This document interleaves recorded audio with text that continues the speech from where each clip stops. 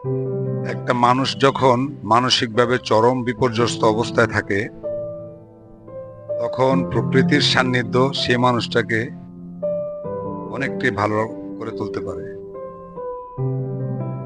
আসলে আমরা অনেকেই প্রকৃতিপ্রেমী। প্রকৃতিকে আমরা নিবিড়ভাবে আলিঙ্গন করি। বিশেষ করে আমার তো ছোটবেলা থেকেই প্রকৃতির প্রতি অনেক দুর্বলতা।